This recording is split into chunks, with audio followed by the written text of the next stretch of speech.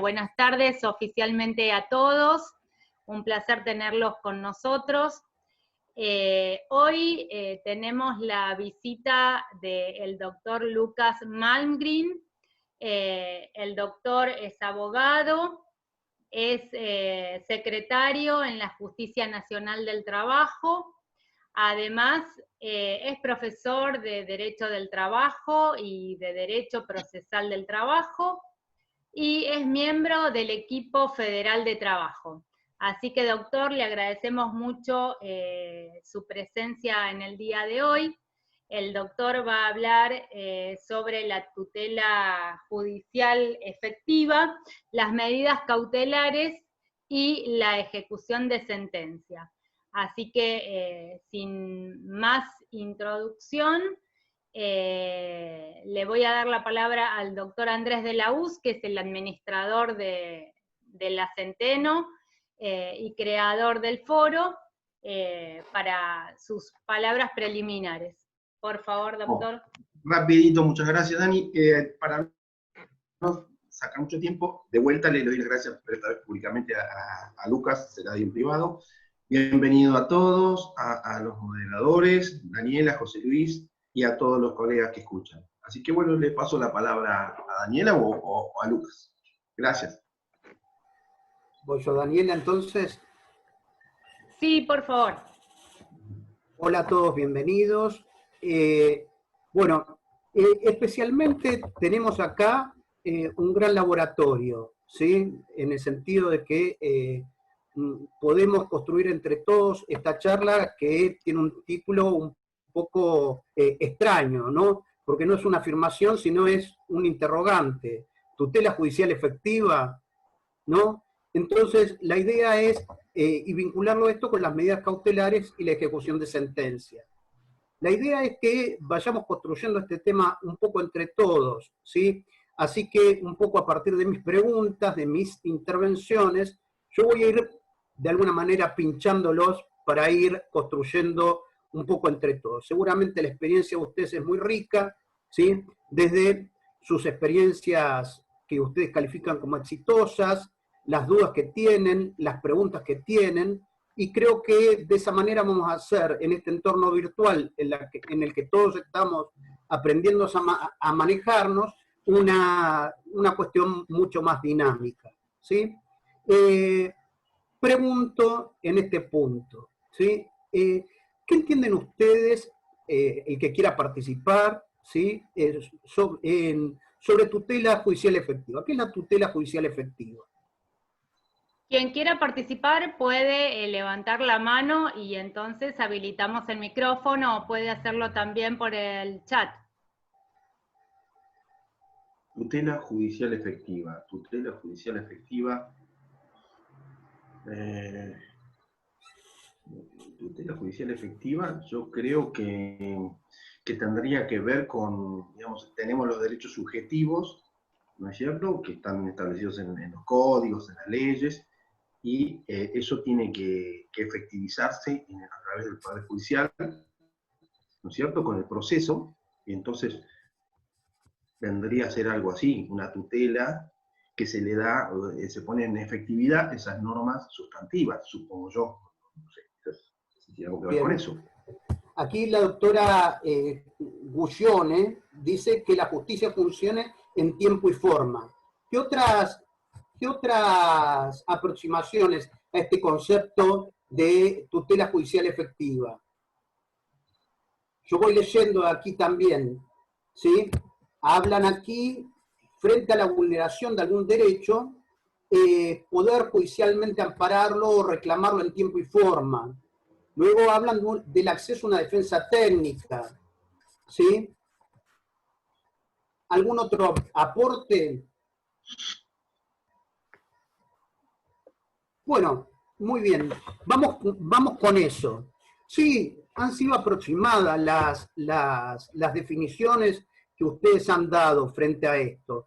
Lo cierto es que, por un lado, tenemos, cuando hablamos de tutela judicial efectiva, todo un bloque que tiene que ver, para decirlo de alguna forma, con el acceso a la justicia.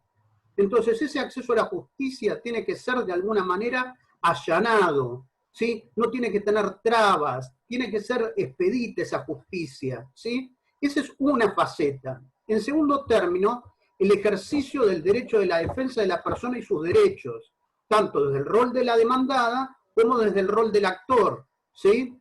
Entonces, debe resguardarse ese derecho de defensa por un lado. Pero el aspecto más rico de la tutela judicial efectiva tiene que ver especialmente con que, lo voy a poner en buen criollo, que el resultado de la sentencia transforme la realidad. ¿Sí? Es decir, que la sentencia efectivamente se cumpla. Y la pregunta que yo les hago ahora, aquí también otro colega había puesto, decía que el justiciable encuentra acceso en la justicia y que ésta le ofrezca una solución. Lo cierto es que, bueno, la pregunta es, en ese marco, ¿cuál es la situación, para decirlo de alguna manera, en horizonte de sentido, más placentera, y cuál ha sido en el ejercicio profesional de ustedes su situación más frustrante? Una situación frustrante la tuve hoy, por ejemplo. A ver. Me acaban de comunicar, no es Justicia Nacional, pero bueno, planteé un recurso de inaplicabilidad de la ley en la Suprema Corte de la provincia, y me pareció que estaba bien fundado, le había puesto los argumentos y demás, que ronda así brevemente en el artículo 23 de la LCT, y me lo rechazaron porque dice que no está insuficientemente fundado. Así, no se pronunciaron para nada de fondo de la cuestión. Muy la bien. Verdad que es raro. Que no esté, bien. No, ¿Qué otras experiencias en este sentido? Ahí alguien está levantando la mano, no virtualmente, sino presencial. En el sentido negativo. A ver. Está como usuario, dice Ahí user. Y también Raúl Álvarez. A ver si puedo. Raúl Álvarez, tenés que activar vos el micrófono, Raúl. Ahí está. No, pero vuelve a desactivarse. Bueno. Ahí puede. No. El doctor García Ventureira está. A ver, doctor. No, el tema de la tutela judicial efectiva vinculado al tema de la frustración, obviamente en el incumplimiento de la sentencia, cuando uno ha logrado el reconocimiento de un derecho y que en la práctica no puede hacerse efectivo, sea porque el demandado no existe, porque, bueno, en 43 años de ejercicio tengo unas cuantas, lamentablemente. Perfecto, perfecto, muy bien. Aquí otra colega ponía, es muy agotador no poder notificar especialmente en el fuero de familia, ¿sí? Pero, bien, íbamos un poco por lo que decía el doctor García recién, en el sentido de que quizá la experiencia más frustrante es cuando uno, a ver, yo soy operador dentro del Poder Judicial. Entiendo que la gran mayoría de ustedes o todos ustedes son abogados que patean los tribunales, ¿sí? Entonces, para decirlo de alguna manera, hay una doble frustración, ¿sí? La frustración triple frustración podríamos decir. La frustración del cliente, que no ve satisfecho su crédito. La frustración de ustedes, no solamente porque patrocinan los intereses de su cliente, sino que también si el actor no cobra, ustedes no cobran. Entonces trabajaron, como se dice, al cohete. ¿Sí? Mucho y al cohete. Y una frustración también del Poder Judicial que no cumple su misión. Porque si en definitiva, ¿sí?, la sentencia no es realizada, no es cumplida, en definitiva, no se realiza la razón de ser, para decirlo de alguna manera, de la justicia. Y esto no se da pura y exclusivamente con el dictado de la sentencia definitiva, que pasa en carácter de firme, con carácter de cosa juzgada, sino en el momento en que efectivamente, ¿sí?, se hace efectivo el crédito que sea. Sí, como en la gran mayoría de los casos se trata de una pretensión de condena a pagar una suma de dinero, ¿sí?, lo cierto es que en definitiva todo va a ser positivamente valorado cuando, ¿sí?, ustedes levanten el teléfono, llamen a su cliente y le digan, está el depósito, cobramos tal día. ¿Sí? Bueno, si nosotros nos ponemos en ese escenario, en el escenario de esa situación de frustración, ¿sí?,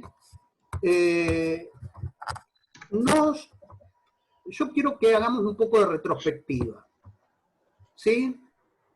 ¿Qué tuvo que pasar para que en definitiva, llegado ese momento, ¿sí?, ¿sí?, digamos, tenemos una, como siempre se dice, una hermosa sentencia que colgamos en un cuadrito, ¿sí?, y que no podemos ejecutar de ninguna manera? ¿Sí? Entonces, hagamos retrospectiva desde ese momento. Entonces, yo lo que les sugiero es lo siguiente. En primer lugar, esa preocupación que se da cuando se aprobó la liquidación del 132 de la ALO, se corrió traslado a las partes, se intimó de pago, pasó el plazo, no se pagó, y ahora tengo que empezar a pensar qué medidas ejecutivas puedo lograr para lograr la creencia para lograr el crédito que tengo reconocido, ¿sí? Bueno, no es momento de pensar en ese momento. Creo que el primer momento en que hay que pensar esta situación es en el mismo momento que entra el cliente al estudio. Es decir, cuando el cliente trae el estudio al caso, ¿sí?, ustedes como abogados que patean los tribunales, para decirlo de alguna manera, ¿sí?, tienen que, de alguna manera, verificar, tratar de acercarse o tratar de darse una respuesta, además de la fundabilidad del caso, ¿sí?, de las probabilidades del caso, ¿sí? La pregunta es, ¿cómo nos cobramos? ¿Cómo nos cobramos? Entonces, ¿cómo podemos en ese momento inicial, ¿sí?, a partir de preguntas inteligentes, respondernos cómo cobramos? Estamos hablando de un momento inicial, donde fundamentalmente lo que vamos a decidir tiene que ver si nosotros vamos a patrocinar el caso o no lo vamos a patrocinar. ¿Por qué? Porque si no, en un sabio consejo se le puede decir, mire, usted tiene toda la razón del mundo, pero marcha preso. ¿Se entiende esto? Entonces, ¿qué preguntas inteligentes se les ocurren a ustedes formular en ese momento o qué indagaciones ustedes harían a los efectos de saber si tenemos de dónde cobrarnos?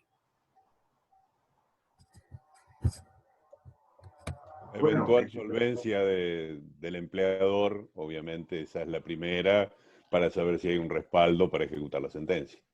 Sí, perfecto. Sí, a partir de algunas preguntas simples, como por ejemplo, ¿cuál es la situación económica o el volumen económico de aquel o aquellos a quienes podemos demandar, ¿verdad? El problema en la actual situación es que también hay un factor que no podemos computar al momento en que el cliente llega al estudio, que es el factor tiempo. Y claro, por lamentablemente supuesto. en la Argentina, y con la demora del trámite del juicio, quizás un demandado solvente al inicio de la demanda no lo es al momento. Es cierto, es cierto. Ahí alguien está poniendo en el chat que no puede habilitar el audio, dice de Cristian HP. Pero ponen aquí de manera inteligente también, entre otras cosas, averiguar si el empleador tiene juicios previos y cómo proceden esos casos. Hoy en día eso es bastante sencillo mediante el sistema de consulta de causas del Poder Judicial, ¿sí? O la central de deudores del sistema financiero, ¿sí? Siempre nuestro primer o el primer aliado de ustedes para obtener esa información, ¿sí? Va a ser su cliente. Pero también hoy en día disponemos de herramientas tecnológicas que nos permiten de alguna manera acceder a mayor información. Simplemente googlearlo, ¿sí? Y poder de alguna forma detectar algunas de estas cuestiones. Muy bien, entonces esta es la preocupación inicial. Supongamos que a esta altura del partido decidimos patrocinar el caso y seguir adelante. Muy bien. Esta preocupación tiene que mantenerse a lo largo de todo el proceso. En esta fase inicial, por ejemplo, que nosotros estamos de alguna manera haciendo, por ejemplo, un intercambio telegráfico, al momento eventualmente de llevar esto a una instancia de conciliación previa, ¿sí? Siendo agente de la realidad en ese momento, porque yo eventualmente una conciliación puedo ofrecer el oro y el moro si es que no tengo perspectivas ninguna de cumplir, ni tengo respaldo económico ninguno para hacerlo, ¿sí? Ni bienes que me puedan llegar a agredir. Entonces, eso tengo que ser agente de la realidad. También en ese momento, ¿sí? Con vistas a una posible ejecución del acuerdo, ¿sí? Poner garantías efectivas de cumplimiento en ese marco del acuerdo, ¿sí? Supongamos que transcurrimos una instancia de conciliación previa y no se ha producido por el momento acuerdo ninguno, de modo tal de que iniciamos la demanda. Recuerden ustedes que esta preocupación, para decirlo de alguna manera, por la efectividad de la sentencia, de una eventual sentencia, ¿sí? Tiene que mantenerse a lo largo de todo el proceso. Es cierto, como decían recién, que inicialmente puede relucir como oro, ¿sí? Pero en cualquier momento perder el brillo, ¿sí? Entonces, tenemos que estar atentos a esos emergentes. Uno de los emergentes previstos legalmente tiene que ver con las medidas cautelares previstas en el artículo 62 de la LO, ¿sí? Esto es cuando el empleador trata, para decirlo de alguna forma, de descapitalizarse, ¿sí? Cuando dice el artículo 62, efectivamente, que si se justificare sumariamente que el deudor trata de enajenar, ocultar o transportar bienes, o que por cualquier causa se haya disminuido notablemente su responsabilidad en forma que perjudique los intereses del acreedor, y siempre que el derecho del solicitante surja verosímilmente de los extremos probados. ¿Sí?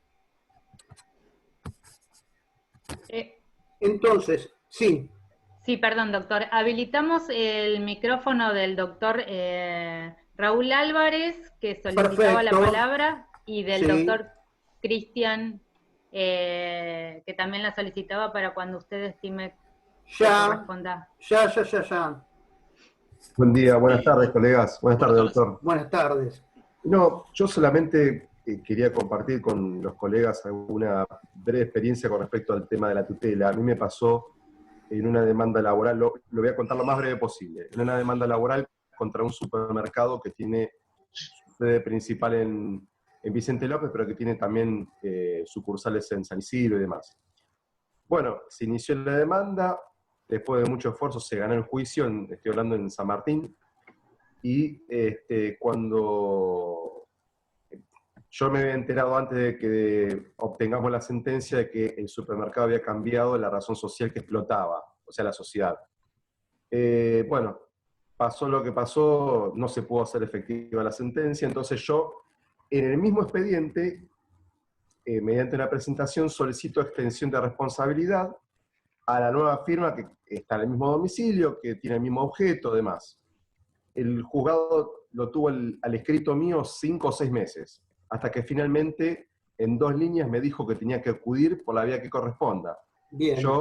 Cuando yo fui a hablar, a quejarme, off the record, la persona que me atendía, un funcionario, me dijo que estaban dudando qué hacer, no sabían qué hacer. Finalmente sacaron la resolución y me dijeron que tenía que acudir a la vía que corresponda. En un juicio Bien. larguísimo. Es una persona solvente el supermercado, porque se puede tranquilamente articular alguna medida cautelar para retener la recaudación y demás, pero bueno, pasó el tema de que cambiaron la razón social en Muy el medio. bien. Me quedé en la Es interesante lo que usted dice, doctor. Ahí lo que subyace, a ver, si ustedes no tienen problema, yo voy a ir alterando un poco la exposición en función de las necesidades de ustedes, ¿sí? No quiero atarme a algo rígido que yo tengo pensado, ¿sí? A ver, doctor, ahí lo que está en juego son dos interpretaciones que se dan en estos casos frente a una realidad que es bastante frecuente, ¿sí? Nosotros sabemos que las normas de fondo permiten la responsabilidad solidaria de los adquirentes por cualquier causa que sea, ¿sí? De las obligaciones existentes al momento de la transferencia u ocasionadas con motivo de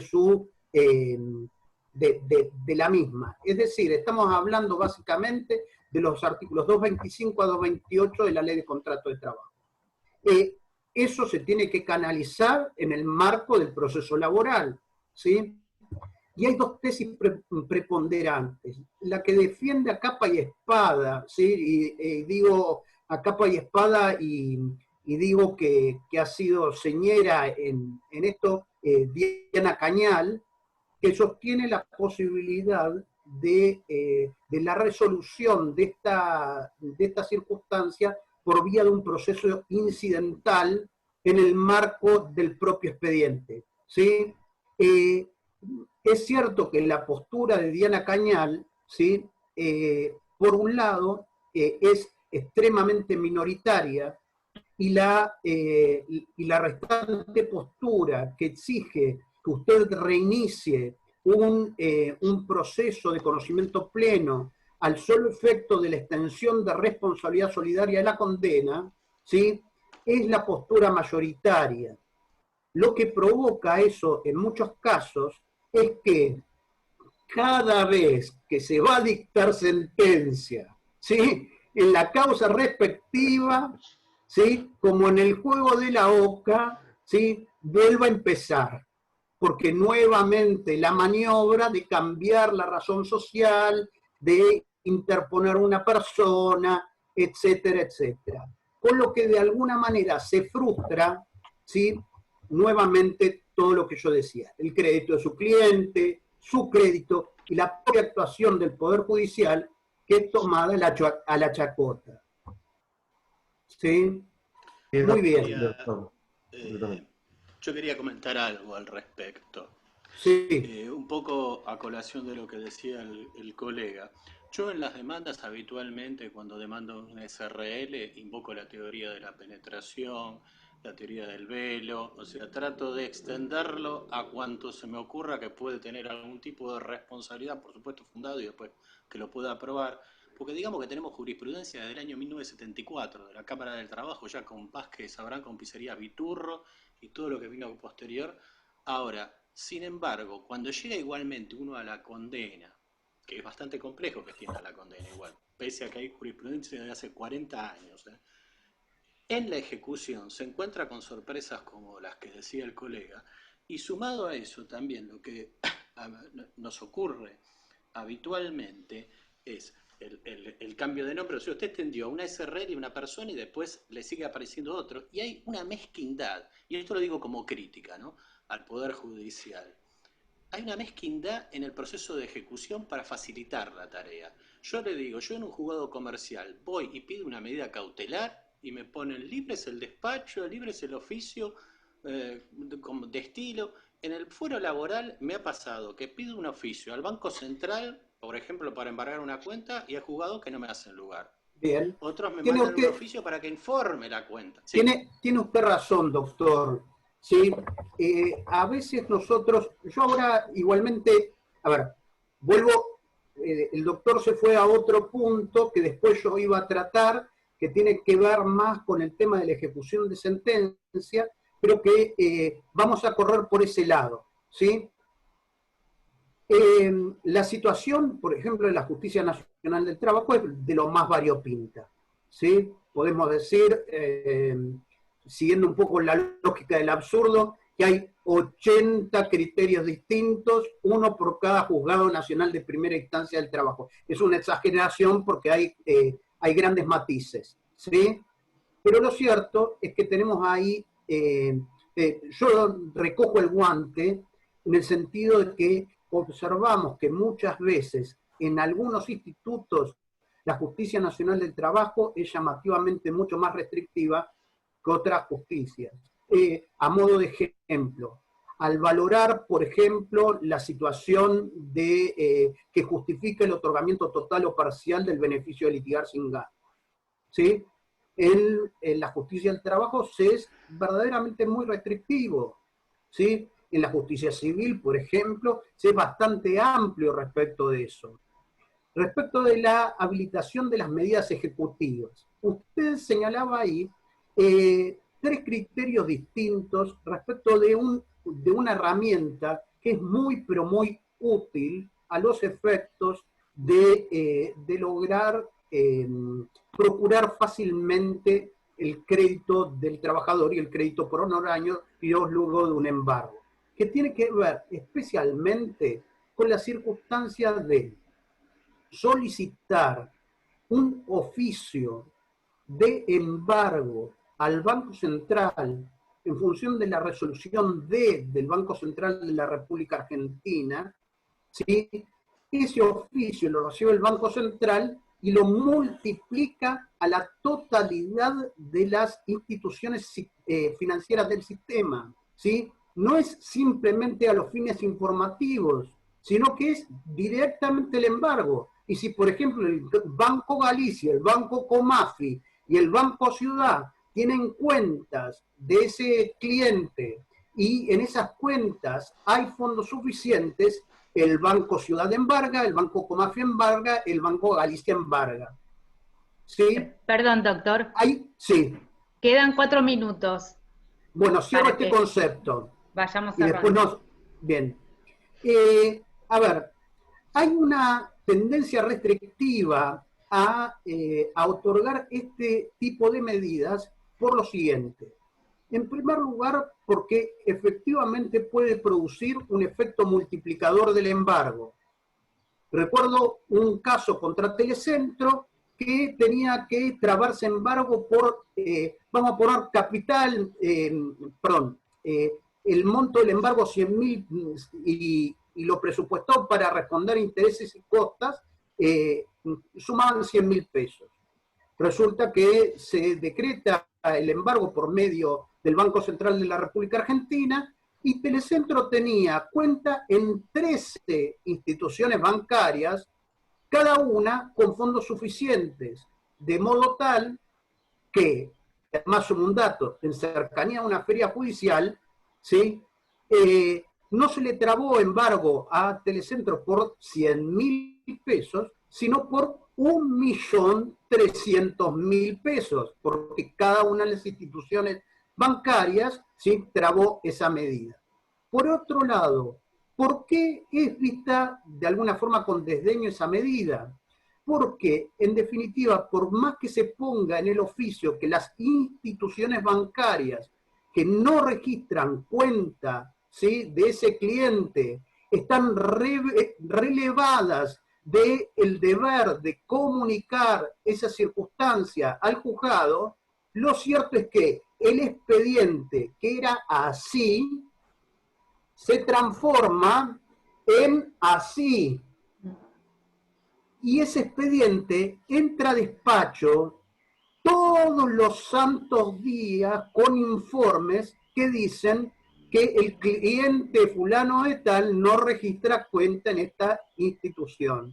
Esas son las razones por las que comúnmente no se otorga en algunos casos fácilmente esta medida, ¿sí? En otros casos, como una cuestión intermedia, se manda un oficio al solo efecto informativo, ¿sí? Y una vez que detecta una determinada cuenta, se procede ahí al embargo correspondiente.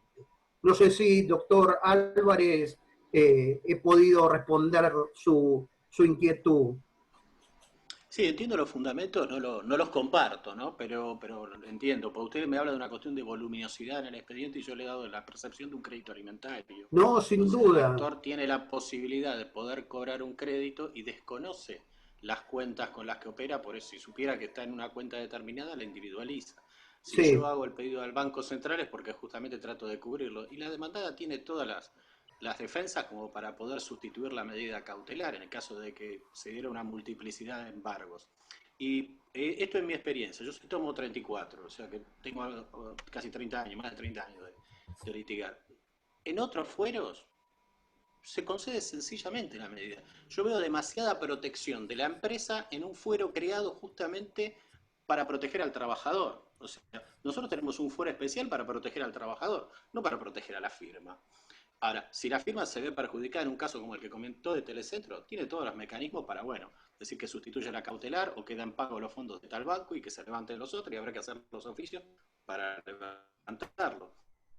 Pero de ahí, yo doy el oficio del Banco Central como un ejemplo. Yo le digo, yo en 30 años de abogado, yo he embargado inmuebles, nunca rematé ninguno. Bueno. A lo máximo que llegué es al auto de subasta y ahí por ahí algún vecino para decir, bueno, arreglamos y pagamos, pero que remate un inmueble en el fuero laboral. Bien. Por ahí algunos de los colegas que están acá. Luego vamos a hablar entonces en la segunda parte sobre ese aspecto que